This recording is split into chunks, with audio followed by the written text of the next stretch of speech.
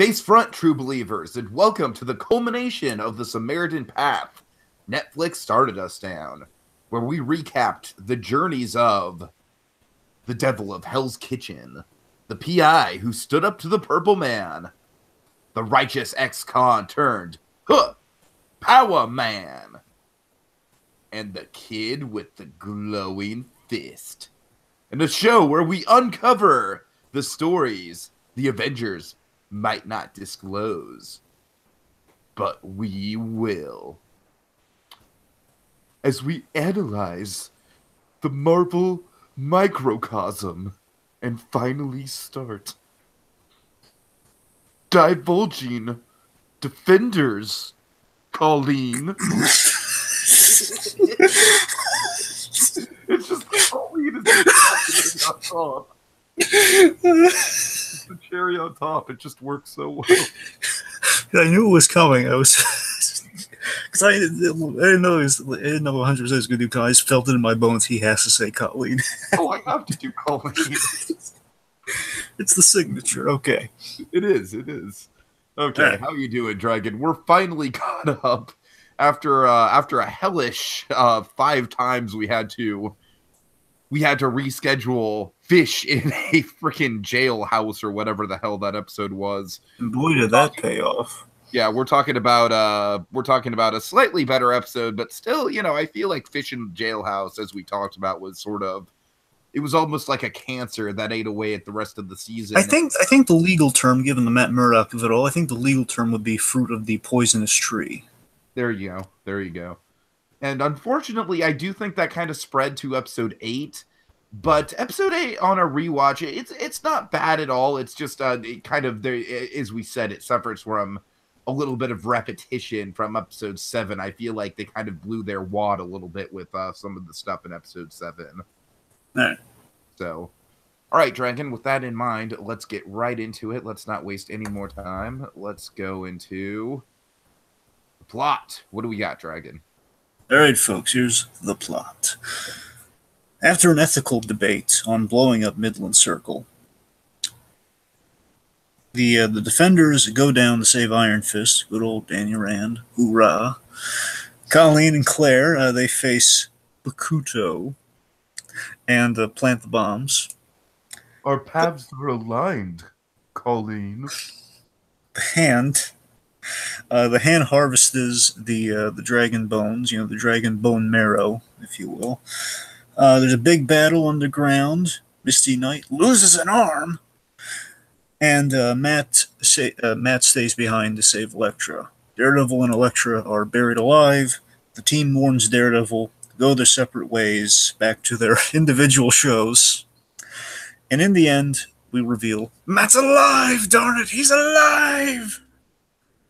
Dragon, let me say just right up front before we start breaking down the individual characters, one thing that kind of boggled me with this episode is there are literally more endings to this than Return of the King. Like, I know you're not a Lord of the Rings guy, Dragon, but I'm sure you must have heard of the infamous multiple endings for Return of the King. But, I mean, when you say the characters go back to their old shows, like, you are not lying. It's literally just like, all right, now let's get the chess pieces back into place. And I don't say that in a bad way necessarily. I'm just saying this episode does take its sweet time to wrap everything up. It's kind of an interesting slow burn of an ending. You gotta wonder in the writer's room if they have like a big kind of spinning wheel of like, okay, they're just gonna throw darts at the spinning wheel just to see like, okay, let's organize these endings. Okay, who's gonna end first? And him, then her, then him, and like a little kind of Foggy Karen, and then boom, Iron Fist. Ooh. All right. Well, we'll get into the Foggy Karen thing, Dragon. I have a nitpick about the Foggy Karen thing, but we'll save that for Daredevil. But let's build to Daredevil. Let's start with Jessica. Yes, let's begin investigating. So, Jessica, Jessica, she's very much in the forefront in this last episode. This is an episode we have a lot of payoffs and a lot of like basically what they've been threading, despite kind of diverging from that in episode 7. We are back on track and we are getting where we need to go with a lot of these guys. We're seeing what the big payoff has been the whole season. I kind of feel like the payoff of episode 7 was she was being treated like dirt in a little bit of a way. Like she was the one, like we kind of talked about her and Luke being kind of tossed off to the side. But whereas Luke was sort of getting the VIP treatment, like, hey, just hang out in the VIP lounge, you know, like Jessica was the one person to even somewhat get the bizarre metaphorical treatment that the title "Fish in a Jailhouse" represents. Whereas here, she really comes out on top as arguably, definitely reluctantly, the most heroic of the bunch. Certainly. And again, like Jessica, out of all of them, again, everyone to a degree, had the reluctant hero arc. And, you know, like, let me phrase it like this: more so, each of them, even especially through their own shows, but here, you know, coming together ever since the first episode, you know, the H word. The thing is, they never thought, none of them have thought of themselves necessarily as a hero. Like Daredevil's accepted he's a hero and everything, but you know he's humble about it, so he won't call himself a hero. He's the vigilante in Hell's Kitchen. You know, Luke Cage, he accepts that he is viewed as a hero. Danny Rand is the closest out of all of them who thinks he's a hero, but he's not really. Oh, And Jessica Jones, you know, again, she out of all of them is the most reluctant hero of them all because again, like she's viewed as, you know, she's kind of murmured around as a hero of like, hey, she's the guy who snapped the evil guy's neck, or the law as far as law enforcement's concerned. She's the drunk girl with super strength who broke the guy's neck. So yeah, Jessica, you know, like right in this episode, she's in the forefront. Basically, she is in the climax of a superhero movie, if you will. That's really much what Jessica is right now. So of course, she has the wonderful moment with Danny Rand, the bonding little brother moment. Like, come on, Ironhide, it's Iron Fist. I know. It's adorable. Yes, exactly. You know, she's in the forefront, and she just wants this to end. That's kind of that's been her mentality since the beginning. I love that out of all of them, like she's kind of the most static, yet again, kind of reluctant hero. Point. She's like, the architect's brain are still all over my apartment. I've been wearing the same clothes for the past 3 days. Let's get this shit over with. Yeah, I mean, her main thing, we pay that off, or you know, she's confronting Elektra about like the most recent trauma she suffered. Like, hey, you're responsible for a dead guy's brains in my apartment. You know how many people get killed in and outside of my apartment? I don't need this. You know, and you know, we see her actions in battle definitely show, you know, that she does have the heroic bug, and that's we'll get into certain moments a little later on. But again, we definitely see she has the heroic bug. And again, I have that moment with Iron Fist. We have like these moments that intimate that, again, while reluctant, while evolving, like she's the furthest in calling herself a hero, she definitely has the capacity to become a hero, and like deep down, she's going to do the right thing. And of course, not revealing it yet because it's among my favorite moments of the episode, but she does by far the most like marquee, shall we say, money shot superhero thing that perhaps we've ever seen in any of these Marvel Netflix shows, Dragon, on an individual level. It is definitely like kind of off of a comic page in terms of kind of a heroic feat. So yeah. And you know, like we see with Jessica here by the end, you know, she's lost her reluctant friend Matt, and she's kind of she this whole episode she's lived the hero experience. Jessica, I know you don't like me, but let's go cry it out together and eat a bunch of ice cream and get fat. Oh wait, I'm dead too. Never mind. Oh god, it's hilarious. But I mean, here's the thing: I love that Jessica, and we'll have more to say on her, obviously, when we get to the season 2. Jessica, no one never cries for Elektra being dead. I'm sorry. Go ahead.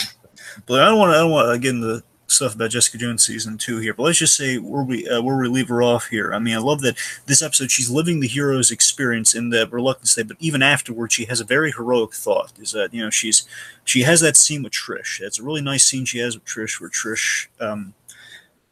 Where basically she says to Trish, you know, like Trish saying, "Oh, Jessica, you saved thousands," and like it's like the classic hero mentality: you saved thousands, but we lost one. That's the hero thinking. That just shows that there's hope for, you know, Jessica Jones. Definitely, at her core, she is a hero. A hero's been through the worst things imaginable, and you know she's more like Daredevil than she would like to admit. Again, with that mentality, it's something Matt Murdock would think absolutely that we saw all over the place in season 1. I mean, correction, Dragon. At her core, Jessica Jones is a private eye, and having said that, I love how full circle we come with the ending where we get the silhouette of her through the Alias Investigations window. It really, you know, like even though I'm about midway through Jessica Jones season 2 at this point, Dragon, rewatching that, it really got me stoked. Like, okay, I need to get off my ass and really start, you know, like diving into the second half of season 2. Well, two things about that, T. And I'm so glad you brought that up because I love that ending for Jessica Jones, and it is kind of I love that they got away with kind of in a way recycling the end of Jessica Jones, but doing it in a different way, and especially on a rewatch, you can pick it up like this. That Reagan, honestly, if that was the ending to every season of Jessica Jones, I really would be okay with that if they just kind of recycle the whole silhouette against the alias investigation window. it's cool, and you're right, like about the whole at her core, she is a PI. I'm just saying, like it's a PI with a heroic bug deep down. You know, it's kind of a but yeah, I love that. What gets us to that though, in the rewatch, and said what gets us to kind of the classic Jessica Jones ending is that before reliving more trauma, like I've lost Matt Murdock, and it's kind of back to usual business. I love that we have this great scene between her and Luke Cage. Now, this is an important scene. On the first watch, I didn't really pick up on this. When the rewatch is like, yeah, this really helps Jessica in a way where Luke gives her closure for the events of Jessica Jones season one, where of course the end of the season, she shot Luke in the head with a shotgun, and it was like she was unclear. Like she knows he's alive, but again, they kind of left things in uncertain terms. Like the Purple Man controlled him, so she didn't know how much of their reconciliation was genuine or not. Mm-hmm. They've had a few scenes this season, but we really see that she didn't really quite get that closure for the whole I killed your wife. I think it's so bittersweet and heartwarming at the same time that Luke, even though he, like everyone, they're torn up about Matt, but it's bittersweet that he would very much prefer to see Matt dead as opposed to Jessica. Yeah, you're right, and you're right about that. I mean, again, what Luke does, it's kind of like with Matt's death, he kind of secures kind of Jessica's life with this act here. And I'll get into like Luke's side of it momentarily, but on Jessica's side of it, I love that with Jessica, Luke's heartfelt scene with her really softens the blow of like the most recent trauma of losing Matt and going through all the stuff and the whole John Raymond affair, all of that. It kind of softens the blow because like Jessica, Thailand first boot John Raymond. Sure. But with Jessica, she's again, it's like more bad news for Jessica as part of the course. However, we do soften it and give her kind of like a benefit of where Luke's saying, we're cool essentially. She's saying, he doesn't explain it. He doesn't explain necessarily all the ins and outs of it, but he basically says, you and I, we're cool. Like, with the whole "you killed my wife" thing, we can move past that. And so basically, it gave Jessica something. So she went through all of this crap in this season. And I mean that just like to call Jessica Jones' perspective on that. And in the end, Luke Cage, he kind of cleaned the slate for her a little for season 2. So it's like one less thing for her to kind of torture herself over. It's not the ultimate thing, which we're going to see kind of expound upon in season 2, but at least mainly this is kind of like one of the main vestiges of her past. She doesn't have to kind of the other half of the Purple Man trauma. She doesn't really have to really have to replay over and over in her head again with the husband of the woman she killed kind of giving her forgiveness. So that's it's a good note to go out. It's a good like bittersweet, hopeful note to go out on with Jessica Jones. I think the fixed apartment, like the apartment that the bullet holes are still there and they're very apparent, but they're kind of they're plastered up and they're visible, but it's like it's on the road to repair. And we have alias investigations. It's a really befitting end for Jessica Jones this season. Mm-hmm. Right. Okay, so let's switch gears just a little bit into the Power Man himself, unlocking Luke Cage. Luke Cage. Of Luke Cage. So I think you hit it right on the head. Like the heart of Luke Cage is the forgiveness of Jessica Jones, and that's really kind of the big point of him being in the group dynamic to begin with. Other than that, like really, I hate to say it, but he continues to be the most sidelined out of the main four, and he continues to be the one who kind of comes away without a real arc. I mean, he's briefly reunited with his Heroes for Hire buddy, Danny Rand. Of course, he, his buddy Misty gets shot, or I'm sorry, loses an arm. But really, there's not a lot there. There's not a ton going on with him. He's just sort of like a witness to all this stuff. But again, it's like in the way that Jessica is kind of a static character. It's kind of interesting that these two characters are both, for the most part, static, and that Jessica Jones doesn't really, she doesn't really change a whole lot this season. She just gets forgiveness by the end. Luke Cage, he doesn't really need the change because again, he's here and everything but accepting the title and kind of realizing, hey, I might need the team up. Which again, he does. That could be a problem for Luke Cage moving forward, like into Luke Cage season 2. As much as we're hyped for that, just the idea of almost kind of like the MCU equivalent of the basically like first Avenger Captain America if he never had the depth of Winter Soldier. You know what I mean? Like the the superpowered Boy Scout syndrome.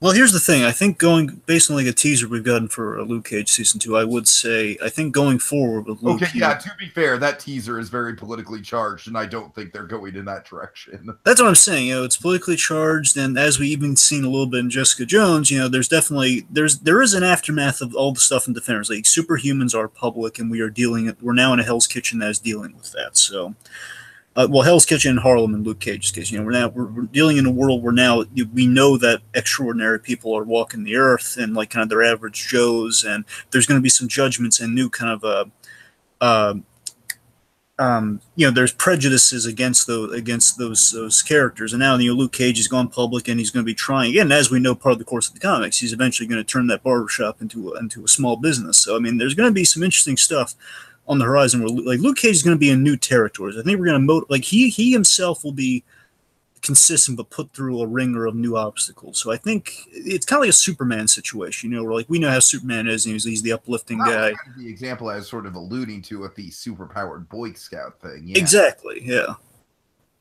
All right. Okay. Let's. So with Luke, in this episode though, again, bear in mind he is kind of like he does serve the role as the moral center and such. And at the beginning of this episode, we really hammered in at the end of episode 7, but here we kind of have to pick up where we left off there. So we kind of, honestly, my biggest gripe with this episode, and again, it's kind of fruit from the poisonous tree type legalese, where again, I blame episode 7 for this, and they just have to pick up where this left off. It's really a pointless conversation they're having at the top of this, because look, I can't believe I'm saying this, but let's do something crazy.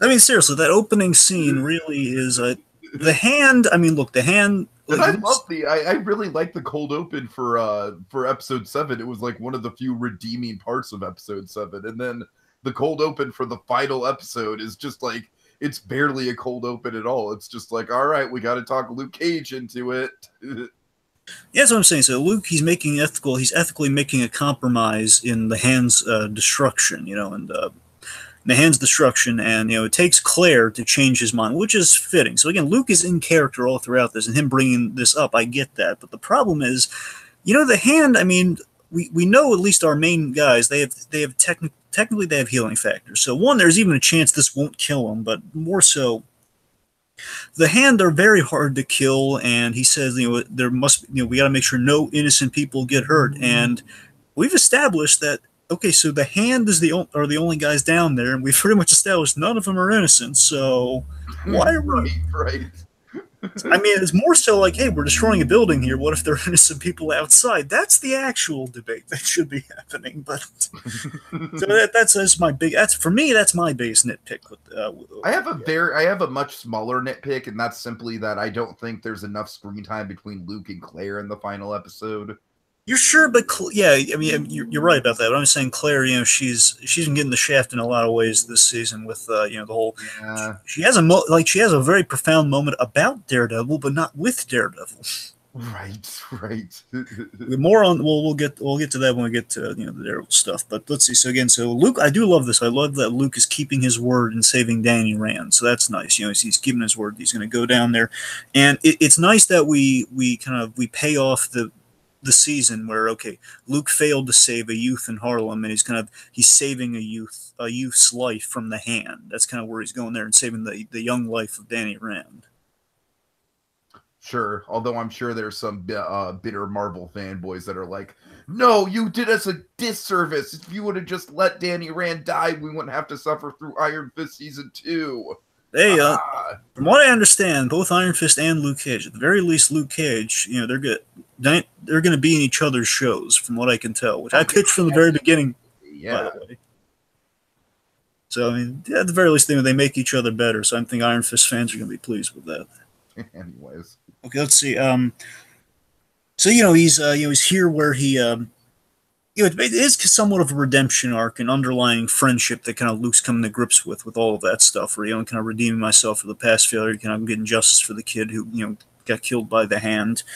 And I think Daredevil's sacrifice kind of puts the one thing that Luke, I think, takes away from Matt Murdock's death is that, and you're right, Tiki, it's less like he's, at the end of the day, it's kind of a bittersweet thing of like, hey, I would much rather Matt Murdock die than Jessica Jones. What it puts in perspective with Foggy Nelson, although we kind of pay that off with, like Luke's interaction with Foggy Nelson, where he sees through that the risk of heroism in perspective. It kind of puts everything in perspective for him that, okay, the people I love are definitely, they could be without me, which is something he didn't really consider before. Like Claire could be without me, like Foggy is, like Foggy and Karen aren't without Matt. Mm-hmm. And Daredevil does kind of represent the next step for Luke, but without the secrecy, without the secret identity and the theatrics. It's kind of like, okay, just being kind of recognizable and Well, having kind of people like the hero for hire era Luke Cage is on the horizon. exactly, and also a bit of branding, perhaps. Like that's also like something Luke's can be considering as well, just kind of like something iconic. So, and with the Jessica Jones thing, like the last thing I think we really have for Luke is that I love that he employs the moving forward philosophy of the Jessica Jones. I thought that was really clever. The I thought it one was thing really about that, Dragon, and again, it's like it's a tiny nitpick, but I wish, like, when he said, like, we have to move forward, why couldn't have they just had in the script him saying always? or Jessica Jones like questioning all snarkily, always. But I like that we kind of reach like at a halfway point where he imparts the move forward philosophy to Jessica. Mm-hmm. Yet again, he doesn't go into detail about the whole like the complexities of Reva Connors, where he loved Reva, but Reva was kind of manipulating him in places. So he didn't like bore with the details on it. So he left it ambiguous, but he gave her forgiveness. And because I like that Luke realized in retrospect with all of that, and after going through all the events of Luke Cage and realizing that, it's kind of like Luke taking responsibility, or saying he realizes, when I left her to kind of find myself and go through the Luke Cage series, I left her without closure, and I recognize that she really needs that, and I was wrong of me not to give that to her before I left. And with that scene, here's something that would be interesting to explore in Luke Cage season 2. I just want to hit on this real quick. Is that it looks in that scene, I think what they're alluding to with the whole coffee gag, the age old, like, Luke Cage getting coffee, what that means is that he still deeply cares for Jessica Jones. And I think a part of him in that scene, I think what Mike Coulter kind of conveys, and I could be reading into this by all means, but we'll see, I guess, in the future, is that I think he now sees a potential future with Jessica, that this adventure put into perspective. Which, And of I course, think that all lines up with the comic books and everything. So certainly, and we see that, I think in the scene with that coffee guy, you can read it as a joke, but you could also read it as, on some level, that kind of troubles him under the surface, because Luke Cage is all about. I love the symbolism of we see the half drank, the half drank shot as Luke walks away. Yeah, and of course it's them in a bar where they first met and everything. So again, I think it's like troubling him on the surface, because Luke Cage is he's always about I don't do complicated. He's a very simple guy, but there's something complicated with the feelings he has for Jessica Jones and the feelings he has for Claire Temple. So that's interesting. Sure. All right. Okay, moving right along. Let's get to interpreting Iron Fist. All right. Yes. So first of all, Dragon, just really quick, I like the fun that we have with Iron Fist literally being away for the whole second half of the season, and then like everyone having to catch him up to speed and him having to catch other people up to speed. Like, what happened to Alexandra? She's dead. It's a long story. Let's just, Did you kill her? No, Elektra did. So I kind of like that we address that, the whole like everyone's, but it kind of reminds me of it's a miniature version of what we're doing right now with, kind of connecting the pieces between Age of Ultron and Civil War, and how different Avengers were in different parts of those movies. Right. Anyways. Right.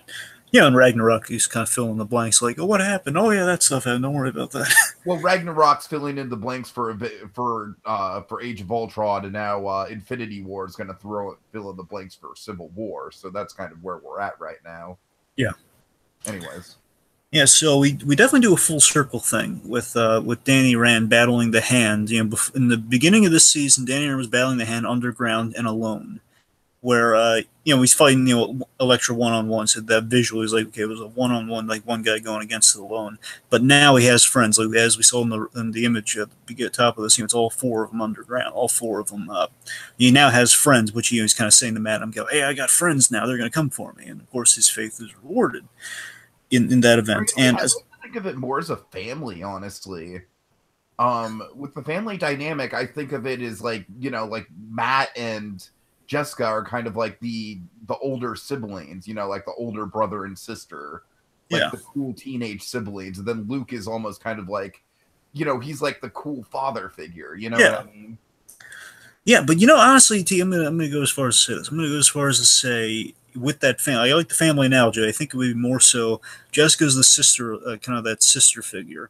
Matt, as where we go with Matt, and I'll get into it in a moment. I think Matt is like the stick. Like Matt is the mentor. He's the stick like mentor. So he's the teacher, and then Luke is the father figure type. So I think and Colleen, she's the kind of the girlfriend, the proverbial kind of wife in battle, if you will. Mm-hmm.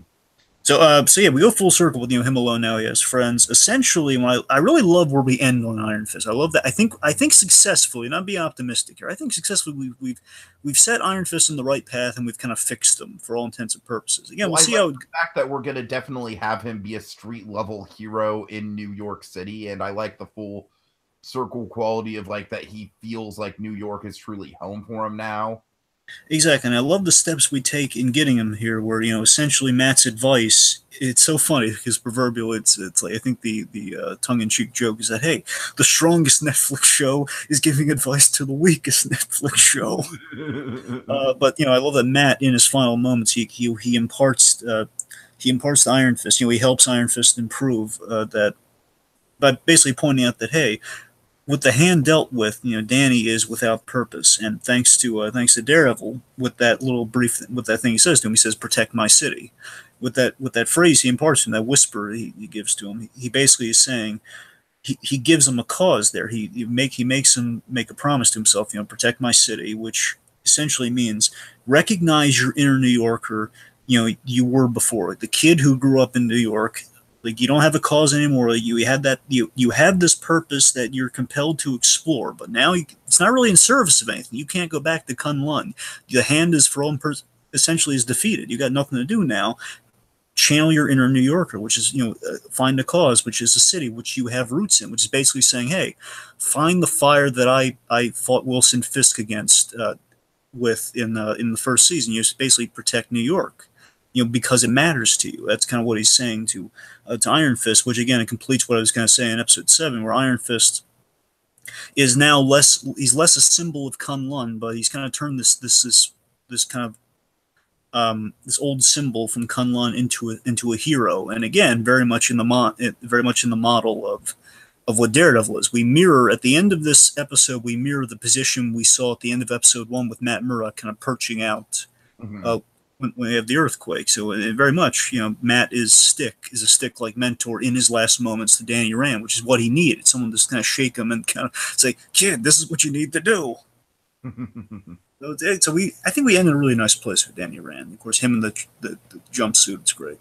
Yeah. Oh, the jumpsuit was a really good visual payoff for sure. Yeah, the tracksuit, whatever it is. Mm-hmm. Okay. All right, so let's get to the final installment of our hero arcs. Let's start Discerning Daredevil. Oh man, Dragon. Oh boy, I love this one so much. Okay, so here's the thing, man. I feel like throughout the start of this episode, Matt knows what he's gonna do. He knows he's gonna either get Elektra out from there or die trying. So I feel like in a tragic sort of way, Matt is almost kind of like overcompensating for the fact that he's grateful for these people being in his life, though he knows he's probably never going to see them again. And I think you're right about that.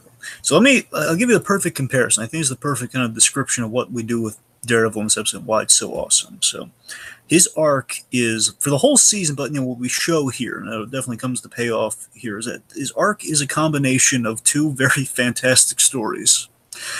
It's Winter Soldier and Dark Knight Returns. Ironic, given that Frank Miller, he doesn't get to Dark Knight Returns without writing Daredevil, so it's kind of funny that there's definitely a Miller influence on on Matt Murdock here, because think about it, it's kind of like I'm looking for a good death story almost. And here on the rewatch, this blew my mind how clever this was. Because again, I just on its face, I just kind of liked it because oh man, it's a nice little thing to do with this character, but it really makes all the sense in the world from a plotting perspective that Matt can't retire because of his addiction to vigilantism and the city and protecting the city.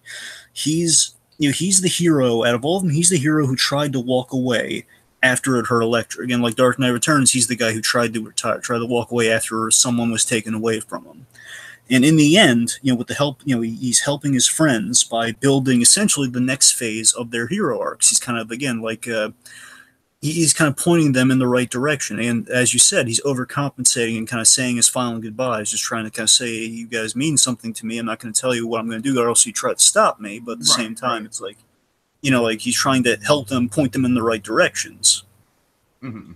And part of him, and again, Tiki, I agree with you 100%. I believe a part of him knew he wasn't coming back because one, it Stick's mission to end the hand, and secondly, the hope of saving Elektra, which ties in that. Essentially, that's the Winter Soldier of it all. The saving Elektra. It's very much my favorite scene from Winter Soldier, where it's, where it's a whole, your name is James Buchanan Barnes. Basically risking your life to kind of bring your buddy back. Yeah. Yeah, and what's so great is that it's at the same time, while he's trying to save Elektra, I like that it's really, if Jessica Jones kind of needs closure, Matt Murdock is proactively trying to seek closure, and that if he can't save Elektra, what he's going to do with his dying breath is, if it's not about saving Elektra, it's about making peace with her, absolving the sin this whole season of I let Elektra die.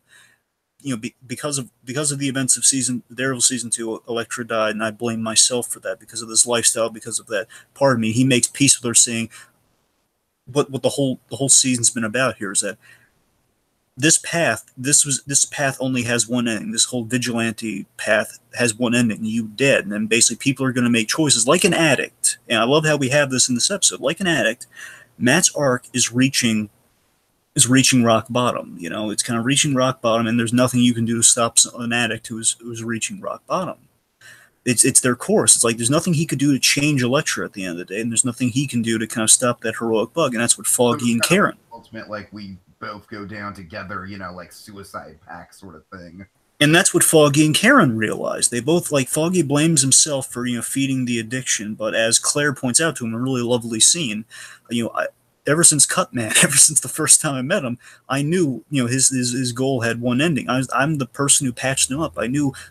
Even if you were there, you would have seen there was nothing that was going to stop him from doing what he did to protect the city. And Karen, out of the two of them, she remains hopeful that she maintains Matt's secret in hopes that, hey, by some miracle he'll come back. But at the same time, it's a realization that Karen throughout the season, all these times, like, Matt, aren't you done with this? Aren't you? I thought you told me you were done with this. It's like he can't fight it. It's something that's just it's the Greek tragedy. It's like this is a guy who is fated to die. And looking at the season, what I love on the rewatch is that there was no other ending, because Matt Murdock, really, if you think about it, there's no satisfying ending for Daredevil aside from him kind of dying / reaching the born again ending. Right. I mean, at least getting to a much better interpretation of the death of Superman thing that the DCU tried to pull off. Yeah, that's what I'm saying. But and that whole story, Born Again, is all about it's the next story for Daredevil. It's all about it's basically everything being stripped away from him, and this whole season's about Matt tries to give it up. He comes back to it. He's alienated everyone away from him. He's lost Stick. He's lost Elektra. He's kind of his relationship with Karen is down the tubes, and basically it's like period. And it's like a great reveal that we have with this arc of yeah, he has nothing. Even if he comes out of this, his legal practice is kind of in jeopardy. There's no coming out of this for Matt Murdock. So of course he'd go for the sacrificial play, and my mind is blown by that. And just how clever that was. I have one nitpick, Dragon, and this is going to sound maybe minor, and it's probably just got to do with scheduling, but I really think there should have been a moment with Latham at the funeral where Latham just acknowledged quietly to both Foggy and Karen. They had a moment together, just all three of them acknowledging who Matt was and what Matt meant to Hell's Kitchen. I don't know. I feel like that was a missed opportunity. You're right about that because every time when I rewatched this and I saw like that church setting, I was trying to think for the life of me if Latham was going to be in that scene, and he wasn't. And it's really about the three of those characters. So I mean, they should have had Latham there. You're right. And like I Latham. said, I'm sure it's probably just got to do with scheduling. That's my guess, but it's a shame. Well, honestly, it might not. It might just be they wanted just Foggy and Karen to be in the scene. They should have had Latham there, but I don't know. It was might have just been like they just wanted to end on those two for the conversation. I don't know. I guess. I guess. All right. Okay, is that it for Daredevil until we get to defining moments and stuff? Yeah, I think so. I mean, it was again a lot of great Daredevil stuff, so it was very satisfying. Right. And now it's time to get to my favorite segment, fingerprints of the hand. Do you ever use finger painting? Colleen? It's No, very fun. she doesn't, but I do, and I take the blood and I The blood, Matthew. I drew a smiley face and a Nirvana face for my favorite person, Jessica. Oh man. See, there's me, there's you, there's Danny. Luke Cage is kind of scary, so he's outside. And there's me and Matt, and anyway. So speaking of Lecter, so under the hand broadly, before we get into the individual guys here, I think the hand broadly under Lecter's leadership, again they accomplished their goal. But I think here's the reason for the hand's failure at the end of the day. Why our bad guys failed? I think quite simply, in this, like they got cocky in the harvesting of what they needed, the harvesting of the bone marrow that would have given them eternal life. It was the fact that the fact that in the harvesting of all of this stuff it would have destroyed Hell's Kitchen because they were going to take all of it they could. They didn't just take what they needed; they were taking all they could. So their greed seemed to be their undoing. That we need all of the bone marrow. Like, you need to carve this dragon skeleton up as much as we can, and removing the dragon skeleton. The structure above Hell's Kitchen would have crumbled. So because we couldn't just take like a few, basically like five cuts of bone, like it's a deli or something, like 5 cuts of dragon bone. And also that it's like greed was their main undoing in the situation here. I think broadly, if you look at the plotting of everything, they overcompensate. There's a lot of overcompensation of fear and reputation. If they didn't like directly threaten the loved ones of the defenders, they could have gotten away with it if they got in that quickly. Like, oh my God, there's an earthquake, man, what's that all about? Oh, I guess it was a natural disaster, and boom, there done. If they just didn't make waves with all the family members of the defenders. Yeah, that's the thing. They got cocky. We got cocky, Colleen. That was our undoing. Let that be a lesson to you in the next life. And in the way they went about things, I think again losing Alexandra and Dragon, losing as you've been kind of building up, Murakami in particular just goes out with like a Boba Fett. He goes out like a Boba Fett dragon, and not in a good way. Murakami is so pathetic. He makes me sad. Boba Fett. Yeah.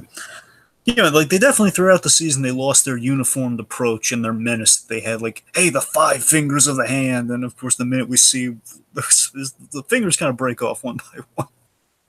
It's like The Shape of Water. We just lose fingers, and it's just then it just goes crazy from there. It's just not nearly as elegant as The Shape of Water. Oh no, my God, The Shape of Water is a wonderful movie. I can't wait to talk about, but not now. Okay, so. Madame Gao. So let's start with Gao. So Gao, we see, honestly, what we see with Gao is that Gao, out of all the members, even including Alexandra, Gao is the one who cared about, living to see tomorrow. She was the one who cared about living to still run the hand, still keep the clandestine. It makes sense because Gao is, logically, you would think she's been around the longest of anyone, maybe not including Alexandra. She's got the most to lose. She's been on this quest the longest. Alexandra needs to live. Gal wants to keep the hand running. She wants to keep the organization running, and seeing tomorrow. She's thinking of the next step. She's always thinking about the next step and how to make compromises to ensure that. And we see, she is quite merciless with that vision. Like she's more than willing to. And again, speaking to the greed I was talking about, is that Gal. She has that scene with Elektra where I don't know if they just took it out of context or if they had her echo, because I can't quite recall from the trailer for Defenders, but. the whole conversation she has with Elektra, you'll get used to seeing cities fall. Like more cities are going to fall. Like as in, we're going to keep doing this. Like the Hand's going to keep running. The Hand's going to do a lot of bad stuff. So that's Madame Gao's thinking. Alexander's like, okay, we do this, and we live forever, and we just keep things going. But Gao was like, no, we're gonna destroy things just for the fun of it. Mm. And I mean, she's ready to leave the group. Like you get a sense she's ready to turn on Elektra when she gets what she wants, and she's taunting Iron Fist. So Gao, out of all of them, is still like the most menacing out of the Hand. Oh yeah, without a doubt. And honestly, Dragon, I think the series would have been better served if Gao, of course, being one of the few people who's kind of shown her face through a majority of the shows as a villain. I think it would have been better served if Gao would have been the face of the Hand to a bigger role in the Defenders. Right. Okay, let's see. So let's get to that's what I was waiting to talk about last episode. So let's get to everyone's favorite, Bakuto. I'm just going to be in a room and gallivant about my role as your father figure, Colleen. I'm basically going to pretend to have a Luke, I am your father moment. Yes, but D, you're not far off with that. So here's what you're really not far off with what I was going to get at is that he basically, Bakuto in this episode, he thinks he's Darth Vader. Pretty much. I was thinking less Luke versus. It's hilarious. See, I was thinking less the whole "I am your father" scene. I was thinking more so it's literally like the scene. They stage it like this too. This is the thing. They stage it like the scene from Return of the Jedi. The whole like, "Hey, I'm gonna come after your sister next. Come at me," that sort of thing. It's like she's hiding in the shadows and around the place. It's just Bakuto's kind of chastise you're saying, and he's very much. If the Hand is cocky, the poster boy for the cockiness of the Hand has to be Bakuto. Oh God. Absolutely. And again, he's so overconfident, and it's like, oh my god. Is there anything you'd really like to say about Bakuto? I mean, honestly, I feel like I just really like doing the impression of him. I don't really have a lot of deep analysis of Bakuto, to tell you the truth. I mean, there's not really a lot there to really dig into. He's just a very cheesy, fun villain. I think Madame Gao is definitely the most threatening of the Hand members. Murakami is easily the most disposable. Bakuto is like Snidely Whiplash. You know what I mean? He's the most fun. Yeah, it's I guess with Bakuto is that I had high hopes for Bakuto when we had the Iron Fist show because Bakuto seemed interesting, and I like that visually. He kind of looked like an evil Iron Fist. He had like a similar hairstyle to Danny Rand. I thought maybe they were going that route with it. And we see here he's just the mouthpiece for the Hand. He's the cocky guy saying, "Hey, we're the bad guys, but you can join us, Colleen." This the whole season. He's the Hand's. You have to have the pause in between the sentence and Colleen. That's the trick to the impression. He's just, it's just I'm the Hand's Darth Vader, Colleen. Yeah, there you go. It's just that whole thing. He thinks he's the wannabe Darth Vader, really, of the Hand. That's really what he is. He was really, easily. Yeah, again, we could take this guy out a lot easier if it was Luke Cage versus Bakuto, but we had to make it. Colleen had to face off against them. It was her destiny. She had to defeat the guy, and at least she decapitated him in a very Tarantino-esque way. So got that going for it.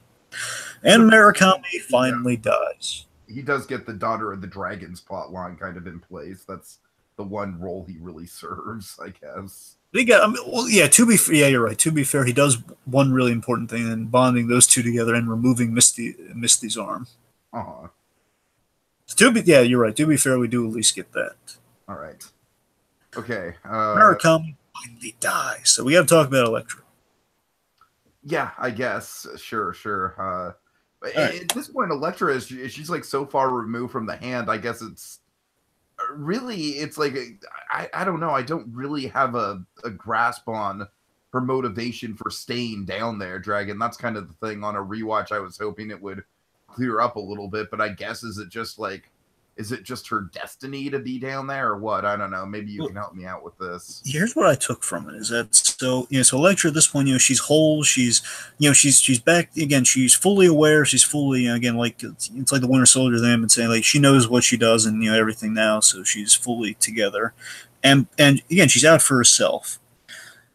and good, bad doesn't matter. Basically, she's having that discussion with Matt, and basically, I think the reason she stays down there, and I think at the core is that Elektra's arc, and the reason she was like working with the Hand was that she didn't want to die, but again. I'm reading into this, bear in mind. So they really didn't spell this out. That's something the writing to take up was. I'm not trying to say it was secretly brilliant, but I always took it as the reason Elektra feared death, the way it was described, when Alexandra brought Elektra back, is that whole, you're alone in darkness, and Elektra didn't want to be alone more than she wanted to not die. So again, she didn't want to die again, so she wouldn't be alone. And basically, this fight that she has with Matt, the reason she stays down there to fight with Matt, because she wants to be reunited with Matt, but on her own terms. It's so basically kind of the same reason why Matt wasn't going to leave her. It's Dragon. I'm not going to bore you with the details of why this reminds me of Lost, but it very much does kind of remind me of something they pull on Lost in terms of like, emotional manipulation, but in kind of a good way, where it's like, all right, these characters are making almost kind of like a self-sacrificial act, but damn it, it makes for some compelling TV. it's basically like this whole reunion fight that they have is something that cements the fatalistic relationship that they've had and we've seen them have for a long time. Where it's she loves Matt, but she accepts that she is an instinctual killer, that she's not going to change, but she still loves him. And it's basically what this whole scene is. The whole ending for them is that it's a no half measures, accept me as I am moment of like, hey, we can't just do this thing. We can't have like a Batman Catwoman thing. We're gonna if we do this, we're gonna kill each other. So let's just do it now. Mm-hmm. So that's really what it is. It's an arc of this season. Both of them. Again, Matt's been on a path that only leads to death, and her thing is coming back from death. And again, the clever thing this season that they both have been kind of having an inverse arc, where this is the point where they meet each other, right where that arc is kind of coalescing. So like they've both been like, she came back, he's going to the grave, he's come back from the grave, and they did all of this. Mainly, why she does all of this is to feel alive despite being revived. She was revived and she didn't really quite know who she was and kind of know what to do next. And by the time she realizes that, she realizes the only time I really feel alive is when I'm with Matt, and I'm like, we're doing this cat and mouse thing, and I know it's like not a thing that can go on forever. I just want to be complete. This makes me feel complete, and we just might as well just kind of accept that and end all this so I can kind of go in peace. And I think in her own mind, it's like, hey, we can, if I die with him, I won't be in the afterlife alone, sort of thing. Dragon, I don't want to joke about this too much, but there is a very emo sort of like, Panic at the Disco vibe going on there. Like you could see this being the setting of a Decemberist song or something like that. I don't know. Yeah, but I love that end realization for her is that it's not death she's dreaded, but being but being alone and incomplete. So she does have a nice ending to her arc there, with like she is complete in the end, and they're both kind of together in the end. What they both wanted this whole season to make up for having Elektra killed, and for Elektra to have Matt in her life again. So I thought it was a nice ending for Elektra, though. Sure. Yeah. Okay, so I guess with that in mind, Dragon, it's time to talk about what elements of this episode went above and beyond our Excelsior expectations. Excelsior. All right. All right, so we pay off a lot of the connections with the Defenders. Yeah, I still feel like we could have done that in a better way, but hey, at least they all get tied up, Yeah. Well, I mean like the pairings and everything. Everyone's just kind of like Matt and Jessica, Danny and Luke, all those, Oh yeah, okay. I'm sorry. I thought you meant with the side characters. No, you're right. With the pairings themselves, yeah, it is very well done. Especially like the, yeah, you're right. It's like I think you could kind of draw like lines between all four of the Defenders and how they tie up with each other. I mean, I think probably the least bonded two of the Defenders got with each other was Luke and Daredevil. But yeah, you're right. But at the same time, they make a point of, kind of the emotional implications of Luke realizes that, maybe Matt's death doesn't mean as much to him as it really should. You know what I mean? So even then, they get a chance to kind of speak for it. The Trish and Karen scene. I was dying to see those characters in this whole series. Out of all the supporting characters I wanted to see interact with each other, Trish and Karen were definitely the ones, because they're both very kind of vaguely reflective of each other. Mhm.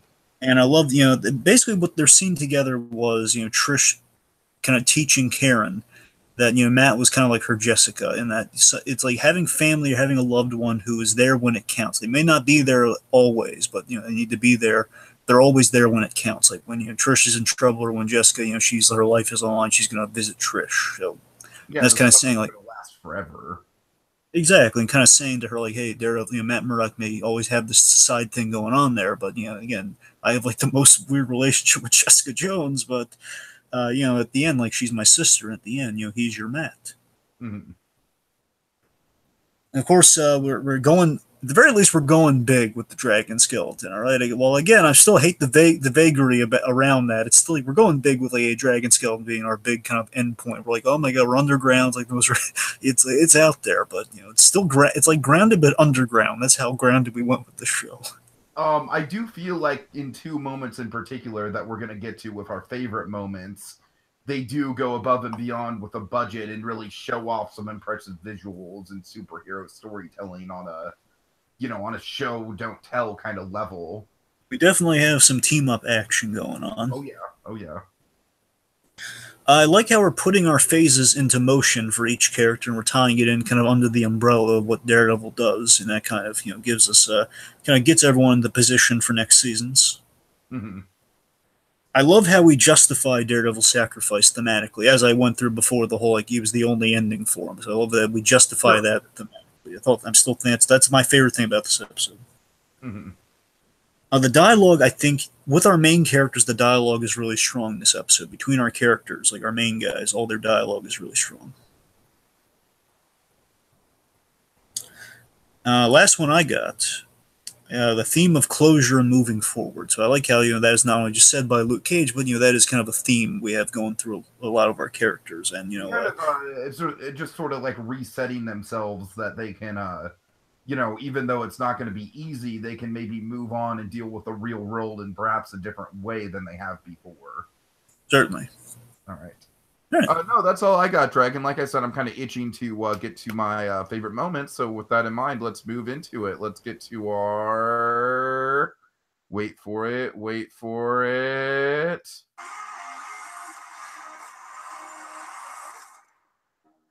Netflix Nirvana. Yeah. Hey, Drag, do you remember who has the first one in order? Let's see. I think it's you. It's me? Okay. Yeah. Cool, cool. Alrighty then. So, folks, as I kind of alluded to, there is a tragic thing going on with Matt this episode where he's overcompensating for the fact that he probably knows that he's gonna at least die trying. Like either make it out alive with Jessica, with Elektra, or die trying. And so we have this great moment where him, Luke, and Jessica Jones are, sort of contemplating the craziness of the situation they're about to get themselves into. They're about to, I believe this is about like right before they go into the elevator, right, Dragon? Yeah, this is like Luke Cage. He punches out the panel with the elevator, and they're about to walk to the thing. And so Matt, he just has this great line where he's just like, well, this is crazy, but I'm glad we're all together. And Dragon, I just love how in a realistic, like socially awkward sort of situation like this, the sentiment simply does not land. It's like Jessica's saying what, and then Luke says. And then Luke Cage just like, look, I get it, but I'm not hugging you. He kind of has a Tommy Lee Jones moment, Dragon. I'm just realizing this now, I don't know if you know this, Dragon, but I think the Tommy Lee Jones "I'm not hugging you" moment might be my second favorite moment from Captain America. Well, First let me Avenger correct you because I have a PhD montage. Let me correct you for a moment because I have a PhD in the MCU Captain America. No, I'm kidding. Is the I'm not kissing. I'm not kissing. Oh yeah, you're right. You're right. I'm not kissing you. But you got to admit, it's still kind of in a similar vein of a sense of humor and time. Oh, you're right. Yeah. But yeah, I don't know. There's just something very human about Matt Murdock trying to reach out, like, look, you guys are my friends. I'm glad we know each other. Now let's go do something crazy. And this is a better sentiment than Luke Cage's cheesy cold open. All right, I can't believe I'm saying this, but let's do something crazy. So, okay. And then Dragon, very it kind of goes, it's like a comic book panel. It's beautiful. The moment where Jessica Jones saves Danny Rand and Luke Cage, and I can't imagine how much Luke Cage weighs. Yeah. You know what I mean? From the falling elevator shaft by pulling an entire elevator shaft up by the elevator cord. I mean, Not my not God, just that. Dragon. What? She jumps. She does her famous leap Right, to do right, that. right. Yeah. Like, my God, this is just, and I love how what she says to Danny and Luke is kind of like, it's almost like a direct response to the audience. It's like, all right, quit staring, climb, come on. You know, like, yeah, I get it. This is great. This is like my hero moment. I get it. But all right, look, this has got to be heavy. Um, yeah, I don't have much to say about it, Dragon, other than just, I think, honestly, it's the most striking image in all of the Defenders. I think when people complain about the Defenders not being visually striking, this might be the thing I'm going to point them to. And I'll agree with them in certain respects. I do think that visually Defenders could have been stronger, but this is something that feels right at home in a big budget, like marquee superhero team up project. Right. Also, what's a great moment too? Just real quick, I think you left off the tail end. We have that great shot, but of course, when she eventually lets go of the elevator, we have that look of look of worry on her face, where she realizes, oh no, Murdoch can't get up. Right, yeah. Yeah, and she comes saying she's beating herself over, like I saved the guys, and again, there's no way she was going to be able to hold it for that long for to save Daredevil. But at the same time, it's like oh no, he's doomed, and I can't do anything to help him. Uh-huh. Okay, so my moments. Okay, first off, let me hit the directorial. One of the great, one of the wonderful directed shots here, and this is a marvelous shot, no pun intended. Well, look Is that a bunch of jackasses standing in a circle? If there are if there are two shots and two kind of running things. Well, there are three running things in the MCU, including the Netflix shows, but particularly the MCU, is that you have people you have people getting limbs chopped off because they love Star Wars. Oh yeah, That is a running thing. I'm not kidding you, folks. You can like tally that with each of these with almost every Marvel movie. Someone losing an arm or losing something. At least Phase 2 onward, you can track that. There's that. Let's see. You have that. You have the standing. You're standing in a circle, and you have hallway fights. Those are the three. They're usually, if not, they're not in every film. They're definitely in like a number of films recurring. It's like a recurring, like a hallway, like a big closed-in fight of some kind, as we've seen with the hallway fights, in the Netflix shows, and of course, standing in a circle. And the standing in a circle shot, before we have like the gag on it in Guardians, we originally had it in Avengers. Avengers like a multi-million-dollar shot. It's a big, it's the famous shot, folks. I'm going back to 2012. Just go with me on it. Where you have Cap, Hulk, Black Widow. Like we do that great turnaround shot with like New York in in the midst of that. Alan Silvestri score behind it. The da da da da. Yeah, it's stunning. Da, da.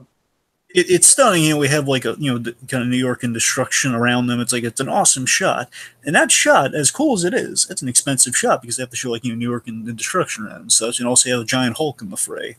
So there's a CG influence, and it's a really expensive shot. Now, amazingly, with the Defenders here, kind of showing while we didn't have like a cut man scene necessarily, we do have something that is akin in effort to a cut man. To a cut man scene. Cut man, of course, being the whole Daredevil Oner fight, the original hallway fight, folks. The original, like fighting in a hallway with uninterrupted folks in a one guy, the whole fight. What we do here is basically we do the Avengers style circle shot, like the big kind of all of our guys together and fighting together, but it is done without one iota of CG. Mm-hmm. That's right, folks. You do it like Cutman, where you have these things rehearsed. Like you have to rehearse it many times, and there's like in the midst of the fighting, we go around and we see every single one of our defenders. Like we go around and we don't cut away. We just we travel through the camera's POV as we go around. And we in a circle. Get it, Midland Circle of it all.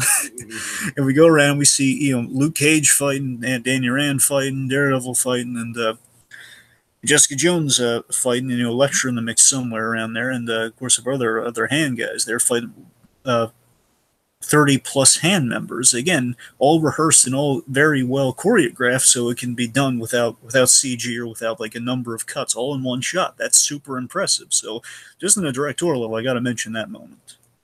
Sure, sure. Now, the one I really love, the one I'm really passionate about, I kind of talked about a little already, but again, I think the circle shot kind of saved me a little on that. But for me, easily, I lost my mind over it the first time I watched it, and I appreciate it. And the reason it's really here is because the way I read into it on the rewatch, just like how perfect it really was as an ending. Is that we started all, while we did start on Danny Rand in the Hand, we started on that. I think we really, a lot of us were really interested in seeing where it all started with. The first Netflix show was Daredevil, and there was a lot of expectation around Daredevil. He's very much, I want to say, even Luke Cage would be the only one to rival us. I still think Daredevil is the most popular of the Defenders. I don't know if I think the numbers still reflect that, but I don't know. Luke Cage famously broke the Netflix service when it debuted, so I'm not sure if that still remains true or not. Regardless, Daredevil's popular, and ending on the Born Again shot, the shot that is directly lifted from one of the most famous panels from the Born Again story. Because that whole story is about basically it's a famous Daredevil comic. Secondly, it infers with it that Daredevil season 3, the next time we see him, is going to adapt one of his most famous stories. So it basically confirms the theory that we've been having through all of season 2 of Daredevil. One of these days, we're going to get the Born Again. We're going to do like the big Daredevil story, and this basically confirms that. Oh yeah, we're doing Born Again. And on the rewatch, what it shows that, oh my god, all the bad stuff that happened to Matt Murdock is basically what we would have done in the Born Again story of getting him to rock bottom, to a place where he's going to have to come back after everything's taken away from him. And it's using that great, one of those two great shots that we keep showing in the book. It's like a recurring image of Matt Murdock sleeping, and the other image is Matt Murdock, basically people on tables in kind of like a cross-like injured position, like he is at in there. And also big mention of his mother, Maggie. So it's 100% Born Again. And it was such a fantastic like final note. It's almost like a post-credits scene, but right before the credits roll in this case. And it was great, and I loved it very much. So that was I'm stunned by like all how it improves the episode even more on a rewatch. So that's why I have to put it on there as my last Netflix Nirvana. And Dragon, you said famously before we went on air, I love how you put it. You were like, Tiki, if you would have picked the Born Again moment, I would have somehow got in a car door and slammed your head through it over the internet. Well, it's if he took it away from me, which which I didn't. Yeah. So. All right. Anyways, Dragon, let's move on to the penultimate installment here. Let's get to inciting incidents. Yeah. The final inciting incidents, like what I did there. Yes, that's great. Dun, dun, dun, dun, dun, dun, Did you add that, or was that secretly there? No, I had that. I had that planned all around the kind of scroll up reveal. Nice. Yep. Okay, so let's see where to start here. Okay, so C4 being used on Midland Circle, we had that C4 John Raymond plot line payoff. Yep. Let's see. As you mentioned, kind of like a lot of the character ties between the four Defenders. We don't have time to kind of list off the laundry list of them, but they all got woven together really well, and that is the strength of the show, I think, is the all the character stuff. Right. The running gag about Shao Lao, basically everyone being in disbelief about Shao Lao, paying it off with the big dragon skeleton. Mm. Possibly, again, I say possibly because, again, they're really vague about it, but possibly there was a path to Kunlun at the end of that skeleton, which implies that Madame Gao and Elektra might have survived by taking that. Well, okay, Elektra probably survived the same way Matt survived, however he survived. But Madame Gao, if there was a path to Kunlun, there's a chance she could have walked to it before the whole thing. See that. It's a long shot, but it's if they wanted to bring her back, they could. Again, just confirming whether the heck it led to Kunlun or not. Mm-hmm. Let's see. So all the pieces are in place for season 2 of the respective shows, like Jessica Jones, Luke Cage. Season 3 of Daredevil, we do a good job of putting all the chess pieces there. Season 2 of Iron Fist. Luke Cage's moving forward advice. Whole move forward Of always. course. Jessica and Luke in a bar and getting coffee. Right, right. Misty losing an arm. That's a biggie. That's something we teased in Luke Cage season one. It's something she's famous for. Pairing with Colleen, Daughters of the Dragon, and losing the arm. We do know for a fact she is getting a robotic, kind of prosthetic. So that's going to be awesome. I like how they just they mentioned the advanced technology, or what is it? What terminology do they use? Uh, I think we have a we're in a really advanced hospital or something. We're in a very Yeah, advanced hospital that Danny bought. is it like, yeah, I think it's like something like forward thinking. Like it's a very forward thinking hospital. Like cutting edge, maybe. I don't know, Cutting cutting edge, edge. something like that. Something like that. Something Yeah. like that. Yeah. Of course, if they had guts, they'd say it's like a Stark Tech arm, but we'll see how they. In the Yeah, comics, it's exactly. That kind of irritates me that they don't. I don't know. We'll see how they do it.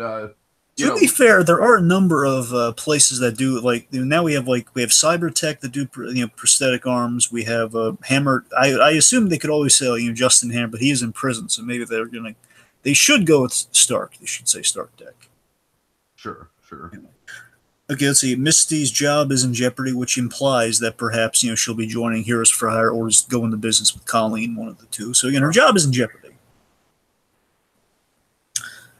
Gal may have gotten away, or I mentioned that. You have an ending to the hand for all intents and purposes. I mean, the hand seems pretty much be dealt with. Seems pretty. I don't think we're going to get the hand for a long while, if ever. Again.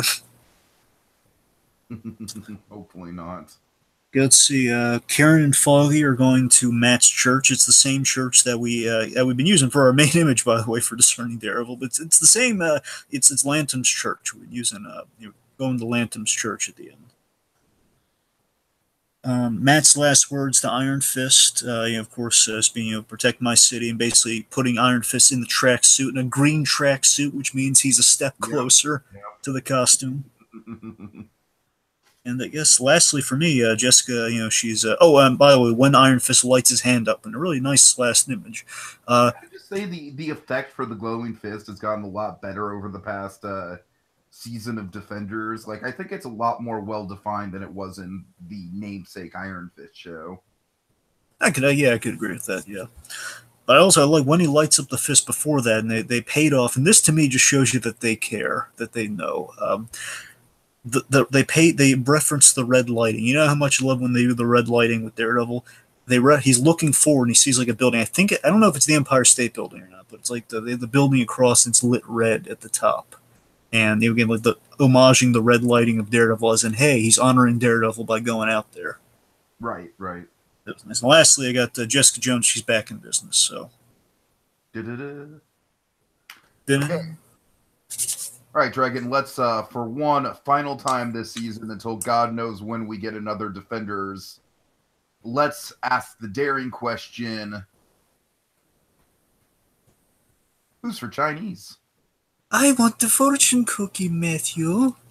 Matthew, I really like the orange chicken. It's all gooey and sticky. Danny, pass the shrimp. God. Oh my god, I could totally see Elektra and Danny Rand bonding over Chinese food. Just Matt giving him a look of just like, Danny. Oh god. Rand. Like Danny Rand teaching Elektra how to use chopsticks.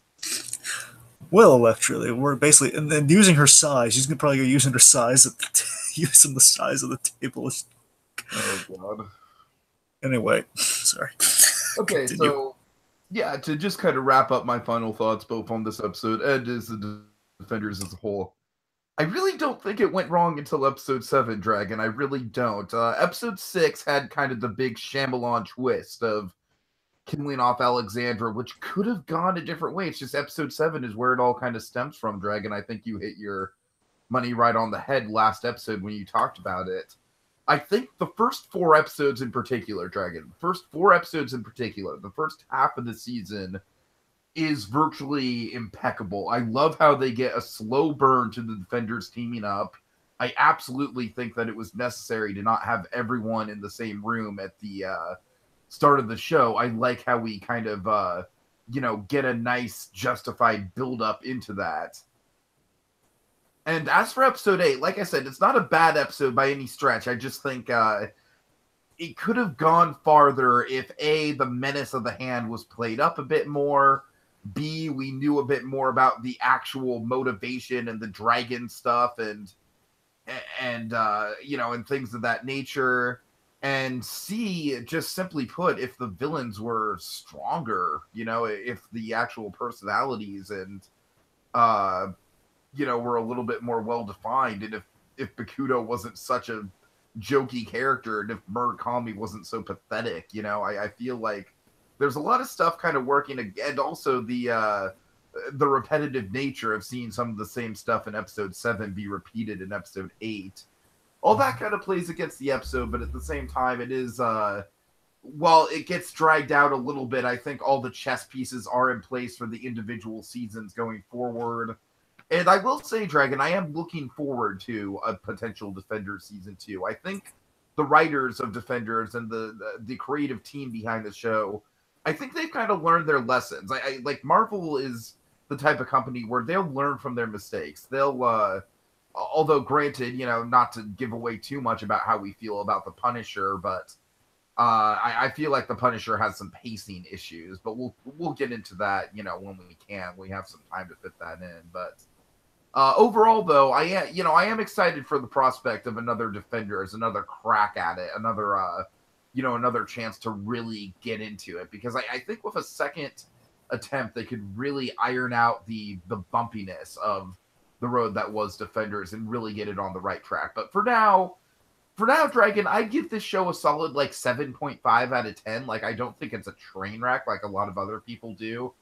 I just think that it suffers from one really bad episode kind of overshadowing a lot of other quality stuff for it. And it's a shame that that really bad episode, it's kind of funny because that bad episode is that same sort of like episode 7, like weird anti-sweet spot that Stranger Things' is infamous bad episode kind of came in. I don't know what it is about, you know, in these 8-episode run shows, what it is about these penultimate episodes that these writers can't seem to crack out, but I don't know, for some reason it just kind of left them a little high and dry. But episode 8 does redeem it a bit, and as I said, moving forward, I am very excited. I haven't finished Jessica Jones season 2 yet, but I like what I'm seeing so far.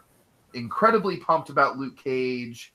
Obviously, Daredevil season 3, that's going to be a blast, and hell, I'm even excited about Iron Fist season 2. So very optimistic about the future, Dragon, in spite of the bumpy road that was the Defenders. Right. Well, I'll say this. I think Defenders got, in the end, I think Defenders got a lot more flack than it deserved. Because, again, it does go off the rails towards the end. But, again, they still had a really solid beginning. And it was overall, I think it is a satisfying watch. I really do. You see, I bring this up because from what I've understood and what's been kind of said recently after interviews after Jessica Jones season, interviews that Kirsten Ritter have revealed that right now Marvel isn't really, I guess Marvel Television, whatever the splintering of that is, because of the bad press of Defenders season 2 is looking a little less likely. And it's not impossible, but I'm just saying right now their priorities don't seem to be like they're not like planning ahead like they were with this for Defenders. So it's a question of, I think right now they're putting stock in doing this. Honestly, if Iron Fist season 2 gets off the ground, then I think a Defenders season 2 is eventually going to happen. Well, certainly, yeah, you're right about that.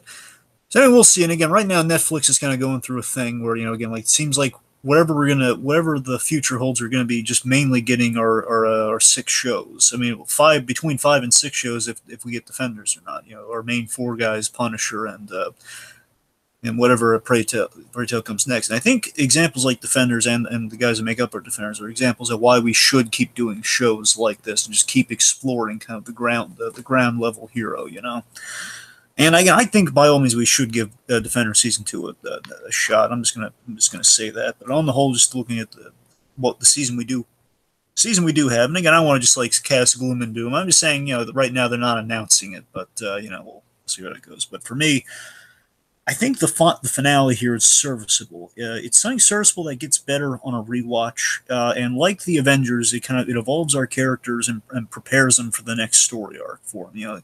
Luke has kind of learned a little bit about teamwork. for like a Heroes for Hire in the future. Daredevil, we got the Born Again thing set up. Iron Fist, he's kind of going on the heroes path, which will probably lead to Heroes for Hire.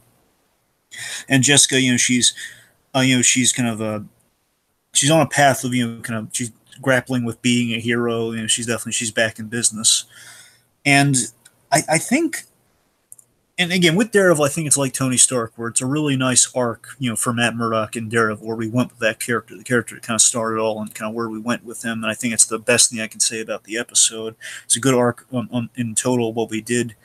Going through the 8 episodes, I wish the plot was broadly. I wish the plot was clearer beyond the team up of it all. Again, that's where they're really at their strongest in the beginning of the season. The whole, let's team them up, let's get them together. Again, they're very, as Tiki said earlier this season, they have the character stuff down, but what they don't have necessarily is the strongest plot. It's all about it's a show built on the backs of the interaction, built up love for the characters, built up kind of notoriety of the characters. And I think it has an ending. It's got an ending that I think strengthens the ending is a street level situation, and I like that. I like that it is kind of still centered like just the one Midland Circle. I like ending in Midland Circle. I like that it's like a street level thing. That these are the guys who they're it's 4 New Yorkers banding together to save the day, and they're not get the glory like the Avengers. And I think that's appropriate. I think we ended it right. I just think we kind of like getting from point A to point C. I think point B is where we ran into some issues, and definitely right before we got the finale, that was point C. That's where it went off the rails, and that again, it soured the taste of the whole series. People remembering the faults of Defenders more than all the good stuff we got, and that's I don't think that's fair to. I don't think it's fair to these guys. And we did fix things that were wrong in Iron Fist. So I think in the end, Defenders was a worthwhile thing. It was cool to see them together, and it's something I would definitely like to see again. But importantly, if we can take one thing away from Defenders, is that hey, these guys know each other. Everyone now knows who each other is. They can kind of cross over. We can do kind of the classic Marvel Universe thing where we can have characters in other films and other series, and just kind of popping in now and again. We don't have to explain do they know each other? We know they know each other. So it's on the whole, Defenders. It was fun. All right. Now we separate until next time when Netflix's New Yorkers summon us to mull over the Marvel Microcosm that is the Defenders. I'm so sad it's over, Matthew. I hope we get to season 2, Matthew.